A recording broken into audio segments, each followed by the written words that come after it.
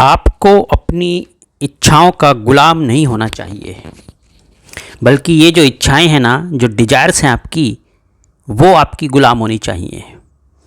वो आपके इशारों पर नाचनी चाहिए। आप जैसा चाहें वैसा होना चाहिए, ना कि आप अपनी डिजायर्स के इशारों पर चलो। जो इन डिजायर्स के इशारों पर चलता है ना, वो जीवन में कभी भी सुख नहीं पा सकता। उसे कभी भी मानसिक सुकून नहीं मिलेगा, उसे आत्मिक सुख नहीं मिलेगा, क्योंकि वो हमेशा अपनी इन इच्छाओं के पीछे दौड़ता रहेगा और ये इच्छाएं अनंत होती हैं।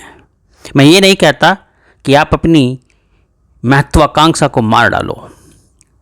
मैं ये कहता हूँ कि अगर महत्वाकांक्षा सपोज़ पूरी भी नहीं हो पाती तो भी आप खुश रहें, तो भी आप अपने आप में संपूर्ण रहें, खुद को अधूरा महसूस ना करें। इच्छाओं का सागर है, आप आखिर कहाँ तक डुबकी लगाओगे? जितनी डुबकी लगाते जाओगे उतनी ही गहराइयों में आप उतरते जाओगे और इनका कहीं भी अंत होने वाला नहीं है, और अंत में आप थक जाओगे और टूट जाओगे। तो इसीलिए बस ये देख लो कि मेरा आखिर टारगेट क्या है और अंतिम पड़ाव क्या है। जब उतना आप अचीव कर लो तो कुछ समय अपने आप को भी दो, अपने आप को जानने के लिए।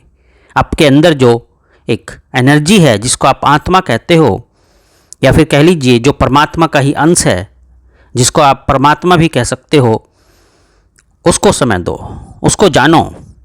आखिर इस संसार में आने का मतलब क्या है, इसका महत्व क्या है। अगर आपने कभी ये नहीं जाना तो फिर इस संसार में आने का आपका मकसद समझ ही नहीं पाओगे। बस सिर्फ दौड़ते ही रह जाओगे और दौड़ते ही रह जाओगे इस भीड़ में, और इस भीड़ का ही हिस्सा बनकर ख़त्म हो जाओगे। तो इसलिए कोशिश करो कि भीड़ के पीछे नहीं दौड़ो, कुछ पल अकेले बैठो, अपने आप को जानो और कोशिश करो कि भीड़ में रहकर भीड़ में ही ना मिल जाओ। तो अपना इस तरीके से जीवन को चलाओ कि खुद भी खुश रह सको और दूसरों को भी खुश रख सको। तो इसलिए कभी भी निराश या निराशा को अपने आसपास मत भटकने दो। अगर नहीं कुछ मिलता तो भी खुश रहो, संतुष्ट रहो, यही जीवन का सत्य है, और तभी आप सबको खुश रख सकते हो और खुद भी संतुष्टि पा सकते हो।